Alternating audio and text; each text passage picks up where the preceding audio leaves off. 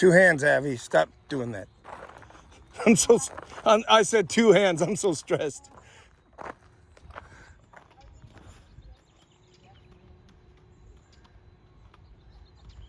Notice how much better it was? I know. Yeah, I want your right leg. Like if you're actually thinking about finding the length in your right leg. Like if your right leg is just going to be more in the middle of the floor. Nice, right? Now sitting, good. Now sitting strong. And think about keeping the length in your right side. Up, step it down. There, hard. And then sitting cross, right leg foot out. Keep your right foot in your stirrup. It's actually for you going to be harder to have your right foot in than both feet out. So I want your right foot in your stirrup and your left foot out. Yeah, now find length in that right leg. There. There. And then sitting cross. Yeah. Okay, walk a second. I want to explain something to you. So, you know that you're falling to the left, right? So when you're going right, you're falling left like this. And you're trying to fix it by turning yourself more to the right. But see how if I'm here and I turn myself, where do my hips go? They go more to the left, right? So instead, think about your inside hip going forward, okay? So sometimes I tell people to look to the outside of the circle, and that gets their inside hip more forward. And then eventually, you want to keep your hips there, and then you twist your torso. Oh. Twist in the torso will make your seat bones stay even. So in riding, our inside hip should always be our more forward hip. But what's happening to you is your hips are shifting to the other side. So track right, and I'll explain it as you're in motion because it'll make more sense. Left shoulder back. I know, it takes a second. Left hip. See how that's natural for you? Oh. Oops, sorry. That one's natural for you. I gotta stop thinking out loud. It's Sorry. okay. Yeah. Does that, so yeah, this is natural. So now put your left foot in the stirrup and your right. Okay, now stretch your left leg down. So that inside leg has to be the leg that finds the most length because the inside hip is the more forward hip. See how your left leg is wanting to get shorter? Make your left leg longer. There. Make your left leg longer. There. Make it long. Yeah. Now do a small circle and you have to keep your left leg long on the small circle. See how that's harder? Yeah. Now canter. Good. Now make your left leg long. Good. Now practice this way. Look to the outside of your circle. See how that gets your hips, your left hip more forward? That's perfect. So, oh, Bomba. So, yeah, when you look to the outside, all of a sudden, your hips look excellent. So now you think, slowly, can I bring my eye and my torso back to square, but keep my hips there? Yep, perfect. Keep your left leg long. It's getting short again. Yeah, there. There. There. Nice. Now, for practice, switch irons, and I bet it's going to be easier, but you're going to have to tell me. Does that feel more natural? Yes. Yeah. So both directions, you weigh into your outside stirrup. So switch back and do what's hard. And that's most people. Most people put more weight in their outside iron. Okay? But do most horses have problems with cutting in or falling out? Are you sure? Well, think about it. When you ride Bomba, is he more dragging you to the rail or does he sometimes want to cut in? Yeah. And do horses move away from pressure or toward pressure? Away. Yeah. So if your weight is toward the outside, aren't you accidentally causing them to cut in? So that's the problem with uneven weight distribution, is we're kicking our horse and telling them to stop cutting in, but we're not centered. So we're training them, we're telling them two different signals. There, so here, because your weight distribution is centered, your left leg is pushing him out, and your left weight distribution is also pushing him out. So you're giving him a clear signal. Does that make sense? That's why it's so important.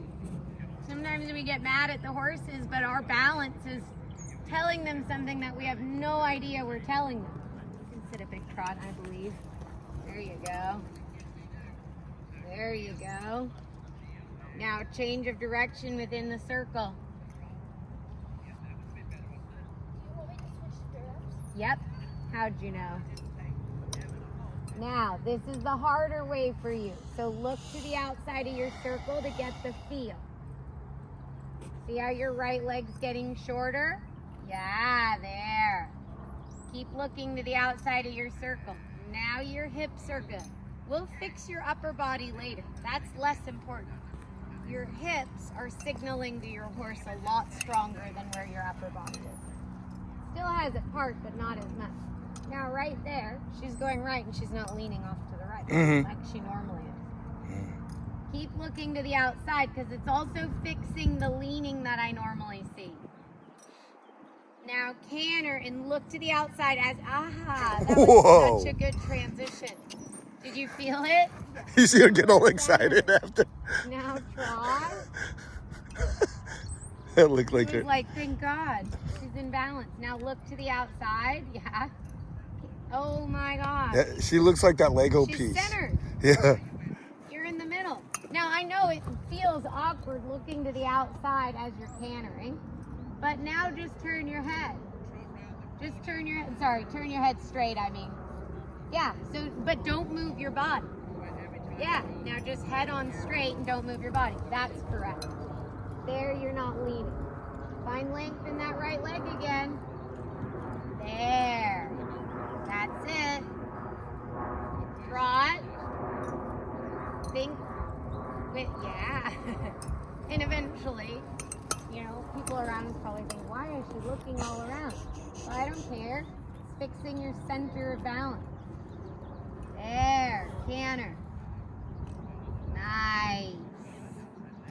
Now, try doing the canter transition with your head on straight, but think in your body be kind of toward the outside. Perfect. Better. A lot better. Which hip should be more forward? Right. Yeah.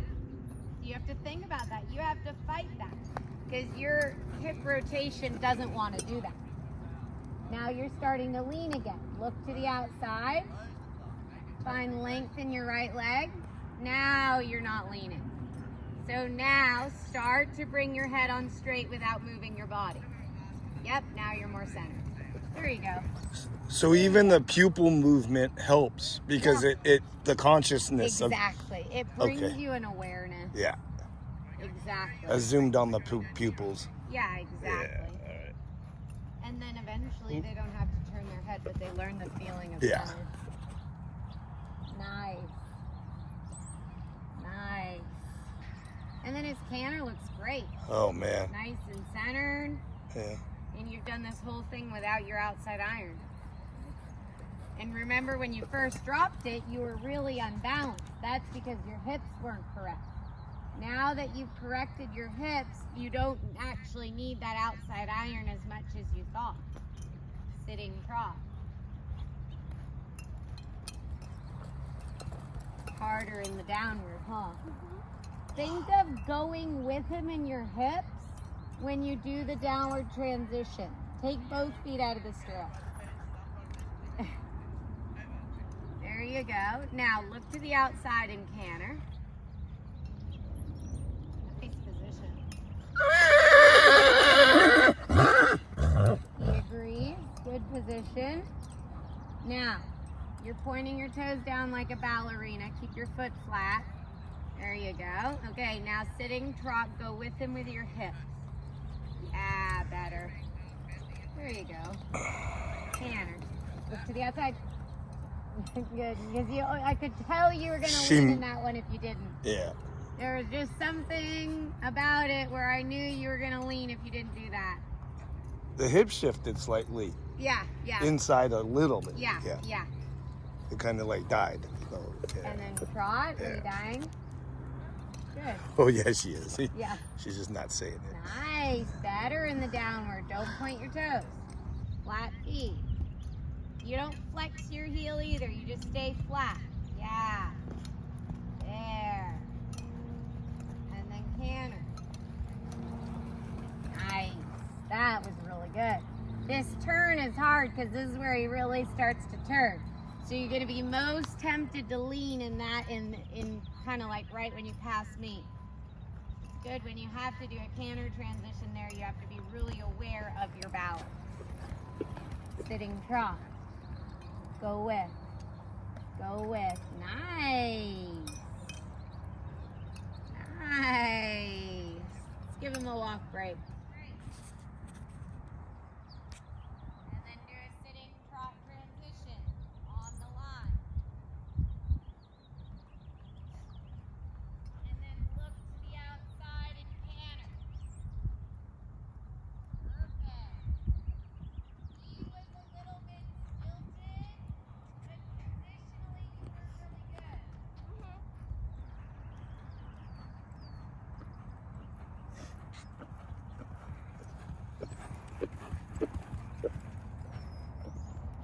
Use your corner.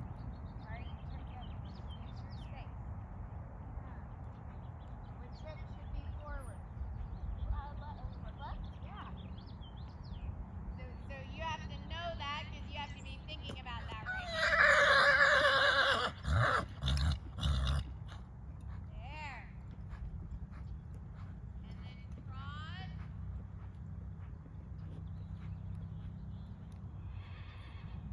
Yeah. Hit.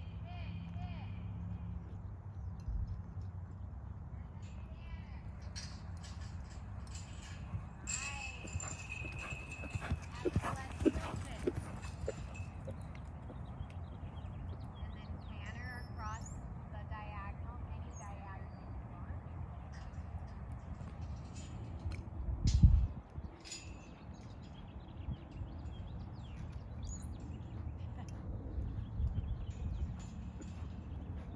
Trot. Straight ahead, corner.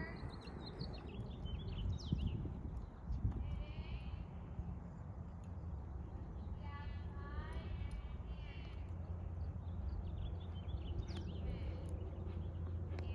canter. And together. Nice.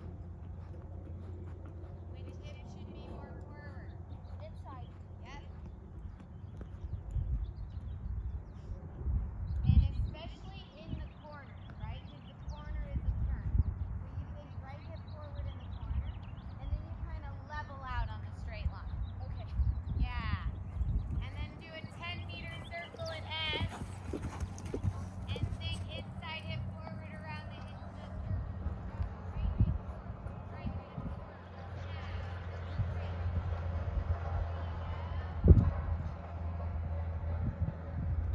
There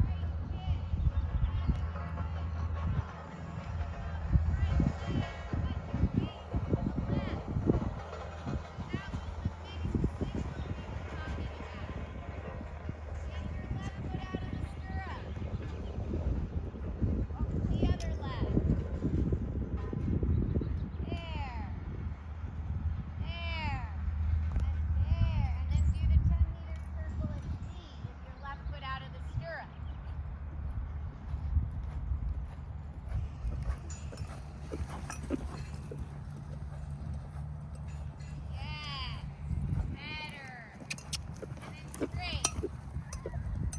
Right hip should be more forward. Facing the right leg. See how you're falling off to the left there? Step right.